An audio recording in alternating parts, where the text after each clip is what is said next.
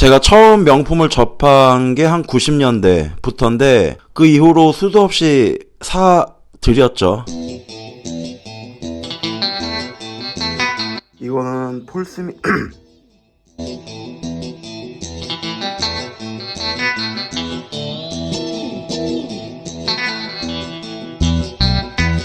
이거는 미아라 야스히로 티셔츠.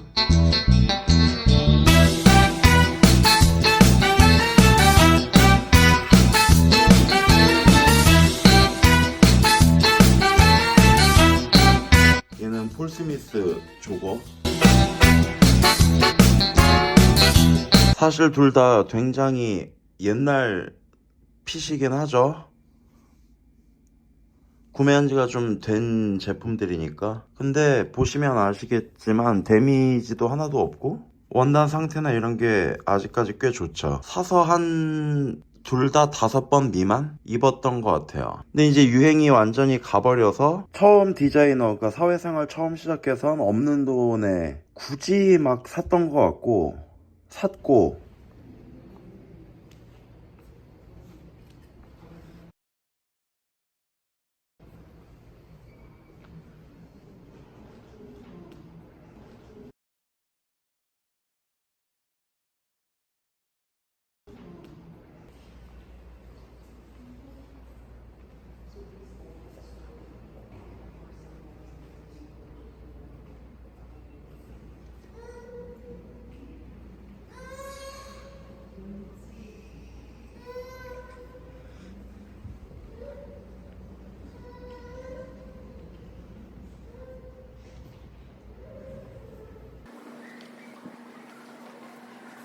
나중에 연봉이 오르면서 원 없이 샀죠. 이게 다 뭐 이 생로랑 뭐 구찌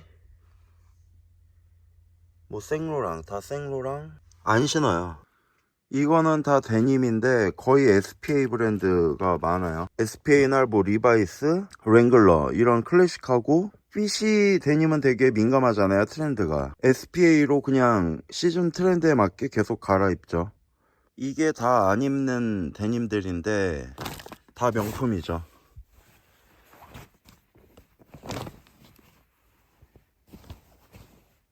얘는 알서티, 얘도 알서티.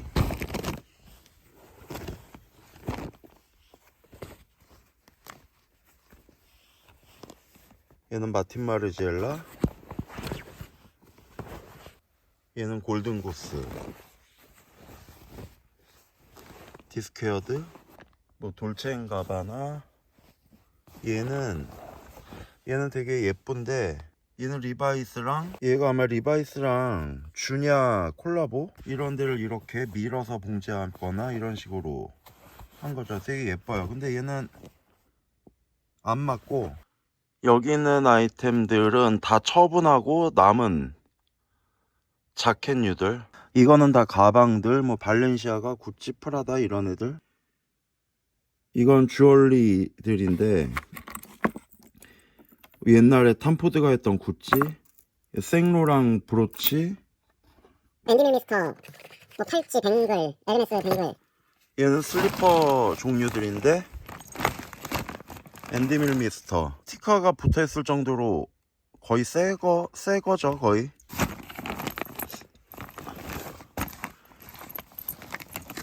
얘는 지방시, 너무 무거워요. 걸을 수가 없을 정도로.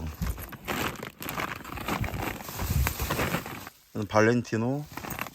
이게 다 지금 못 입는 옷들, 둘 데가 없어서 이렇게 이케아 백에 넣어놨는데, 얘는 이즈미르인데 얘도 저는 되게 불편하더라고요. 명품이 디자인이 엄격하죠. 이게 발등도 되게 낮고, 저는 이 가죽으로 된 이런 밑창 이런 게 되게 불편하더라고요. 무겁고 착화감이. 얘는 무이에서 그때 바잉을 했던 신진 브랜드인데 지금은 활동을 안 하는 브랜드죠. 이름도 기억이 안 나고. 사진이 예뻐요. 이렇게 턱시도처럼 얘를 여기 벨트를 해서 얘를 이렇게 턴업해서 입는 스타일인데, 얘는 아크네, 얘도 마틴 마르지엘라.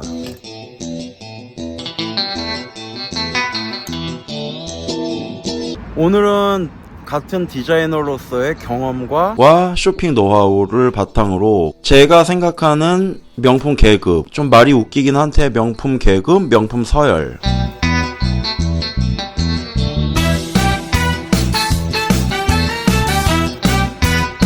미루고 가지고 있다가 그게 중고마켓에 파는 것도 굉장히 일이더라고요. 그 마음 먹고 이사하기 전에 그걸 팔았는데 한 구매가에 정말 말도 안 되는 가격에 팔았죠. 아시겠지만 한 두세 달 동안 3,000 정도 나왔던 것 같아요. 그 팔면서 정말 속이 쓰렸던 게 너무 많으니까 아이템을 한 개당 5번 이상 입는 옷이 거의 없었어요. 그걸 다 뽕 빼서 입기 전에 유행은 다 지나가 버리고 체형도 변하죠. 그때 그걸 누가 업자라고 신고를 한 건지 중고마켓 측에서는 AI가 판단을 했다는데 업자로 판명이 나가지고 6개월 동안 판매 정지도 됐었죠. 입을 만큼 입어보고 돌고 돌아서 이제 베이직으로 다시 돌아온 실장? 디자인 실장? 서론이 길었는데 이유는 마케팅에 혹해서 저처럼 이렇게 무분별하게 사들였다가는 유행은 유행대로 지나가 버리고 다 처치곤란이 되죠. 시간이 지날수록 가치가 바라는 브랜드가 있고 당장 내일 없어져도 이상하지 않을 브랜드가 있죠. 보통 명품 브랜드 급을 나눌 때 에르샤, 에르메스, 루이비통, 샤넬. 근데 저는 그 세 브랜드 중에서도 에르메스가 첫 번째, 그 다음이 샤넬, 그 다음이 루이비통. 에르메스 같은 경우는 저는 한 4개를 경험을 해봤는데 그거 말고는 사실 살 게 없죠. 스카프랑 팔찌, 그 다음에 옷은 예전에 조끼 하나? 뭐 시계 벨트 이런 거, 시계 특히 에르메스 H시계는 사실 뭐 롤렉스나 까르띠에 살 돈 없는 사람들이 아니면 뭐 롤렉스, 까르띠에, 뭐 파텍 이런 거를 다 가지고 있고 그냥 재미로 차는 그런 정도급? 진정한 플렉스나 간지는 저는 그렇게 생각해요. 그러니까 뭐 위리 브랜드에서 나오는 시계나 이런 걸 쳐주지 않는 거죠. 2001년 루이비통 컬렉션이죠. 마크 제이콥스가 했던 스테판 스프라우즈, 뮤지션이자 디자이너죠. 이 콜라보를 했던 그래피티 제품인데 그 당시 인기가 엄청났죠. 사실 루이비통을 굉장히 고루한 그냥 럭셔리 브랜드 이상으로 되게 패셔너블한 그런 트렌디한 브랜드의 반열에 올린 건 마크 제이콥스죠. 콜라보레이션의 서막, 콜라보레이션의 신호탄을 쏘아 올린 것도 마크 제이콥스고 이 루이비통은 이 당시를 가장 좋아하는데 이 당시에는 뭐 SNS나 스타 마케팅 이런 것도 지금처럼 활발하지 않았고 옷을 정말 진정성 있게 패션을 진정성 있게 다가가는 그런 시기였죠. 저는 지금의 루이비통 특히 맨즈웨어 버지라블로가 한 맨즈웨어는 정말 제 스타일은 아니고 버지라블로 사망 후 지금 퍼렐 윌리엄스가 맨즈웨어 디렉터로 내정이 되어 있죠. 패션의 어떤 진정성, 그 디자인의 힘 이런 거보다 스타 마케팅이라든지 콜라보레이션, 로고 플레이 이런 것들로 너무 패션이 너무 극단적으로 흘러가고 있는데 이런 브랜드, 이런 아이템들의 특징은 그 이슈가 식으면 그 열기가 가라앉으면 그 브랜드, 그 아이템들도 완전 구닥다리로 전락을 해버리는 게 특징이죠. 하이엔드 브랜드 중 특히 명품의 탑클래스 1티어에 속하는 브랜드들 중에 루이비통이 가장 대표적이죠.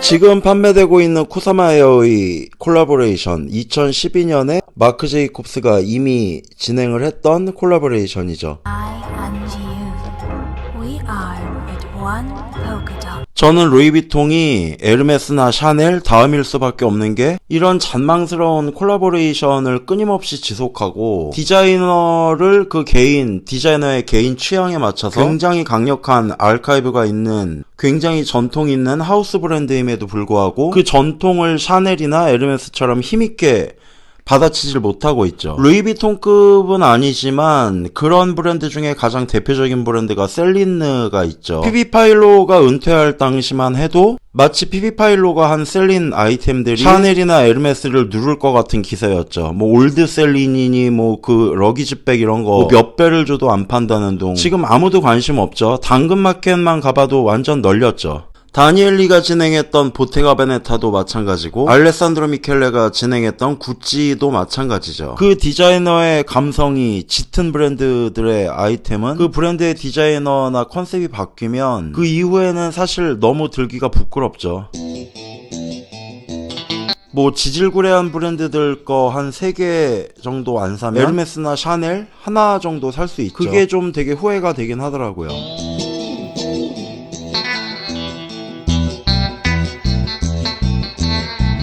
샤넬은 저는 이거 하나 필통이에요. 얘는 저한테 하나밖에 없는 샤넬. 사실 가장 사고 싶은 거는 샤넬 트위드 자켓인데 넘사벽이죠, 가격이. 저는 샤넬이 가장 갖고 싶긴 하더라고요. 뭐 수십 년 전 트위드 자켓이나 지금 트위드 자켓이나 변함이 없죠. 에르메스는 사실 너무 어덜트하고 루이비통은 좀 유치하죠, 사실. 샤넬 트위드 자켓은 정말 특히 남자가 입었을 때 그 포스? 그 존재감이 엄청나죠. 뭐 마케팅 방식이나 브랜드 이미지도 뭐 사실 가만히 있어도 샤넬은 샤넬이죠. 다른 브랜드들처럼 이렇게 나대지 않고 이런 게 너무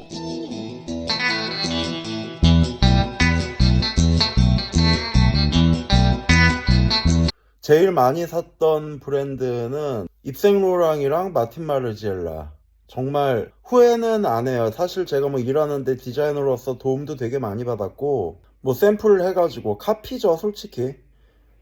어레인지라고 하는데 카피해가지고 그걸로 히트 아이템도 많이 만들었고 저도 많은 도움을 발전을 했고 사실 지금 현재 마틴 마르지엘라는 창피한 것 같아요. 그러니까 사기는커녕 거저줘도 쪽팔린? 솔직히 마틴 마르지엘라는 그냥 무신사 정도 입는 친구들이 용돈 모아서 사는 그런 브랜드로 완전 추락을 했죠. 그 무신사 그런 친구들을 폄하하는 게 절대 아니에요. 그 친구들 나름대로의 유니버스가 있고 저는 무신사 냄새 뭐 어쩌고 하는데 그 무신사라는 플랫폼이 전체적으로 평균적으로 뭔가 이 특히 남성 MZ 세대들 젠지들의 평균 옷 입는 수준을 되게 끌어올렸다고 생각을 하고 또 너무 예쁘죠, 솔직히. 다 뭐 비슷해서 회기라 어쩌고 하는데 무신사 없을 때도 항상 회기라였어요, 저희 나라는.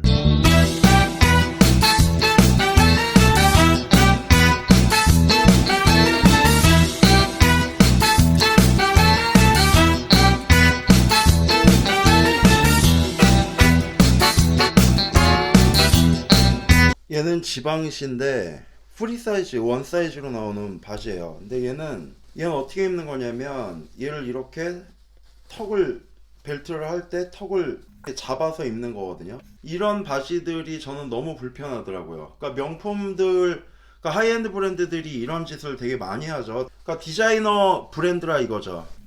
트렌드도 너무 심하게 타는 게 이 밑이 극단적으로 좁아지기 때문에 요새 이렇게 시가렛 팬츠는 거의 못 입죠. 그리고 위에는 또 완전 배기한 스타일이고. 얘는 스테파노 필라티가 했던 입생로랑 팬츠인데 얘도 마찬가지.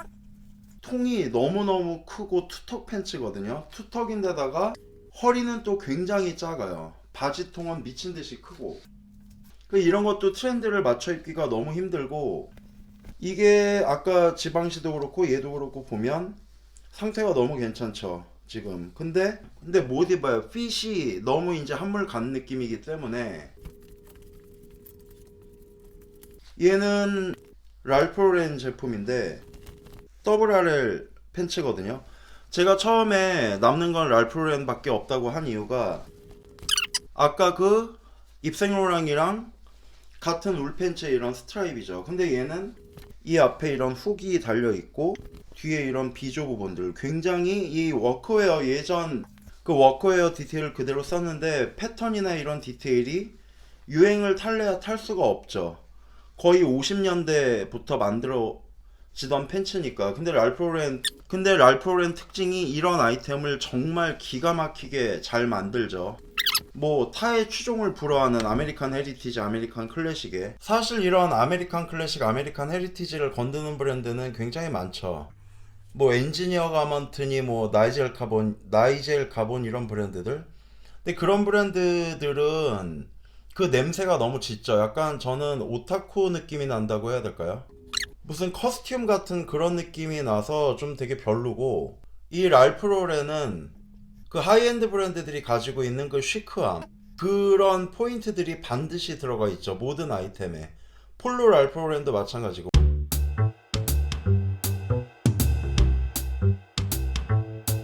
이 바지는 제가 초반에 보여드렸던 그 무이에서 샀다는 바지. 이렇게 돼 있는 스타일이죠. 사실 디자이너 생활을 20년 넘게 하고 쇼핑을 미친듯이 하다 보면 그 디자이너의 의도, 또 그 브랜드의 마케팅 전략, 그 전문용어로 패션 빅팀이라고 하죠. 그게 다 보이고 알고 있음에도 불구하고, 그럼에도 불구하고 사실 지금도 눈앞에 예쁜 게 보이면 갖은 이유를 다 끌어다가 자기 합리화를 시작하죠. 뭐 이런 점들이 사실 패션이 주는 매력, 판타지, 패션 비즈니스가 영원할 수 있는 이유겠죠. 오늘 영상은 저의 그런 모든 경험과 일을 하면서 쌓은 지식들을 배경으로 이걸 보시는 분들이 쇼핑을 하는데 어떤 도움이 되는 디자이너 분들이 계시다면 또 도움이 되는 그런 영상이 됐으면 좋겠네요.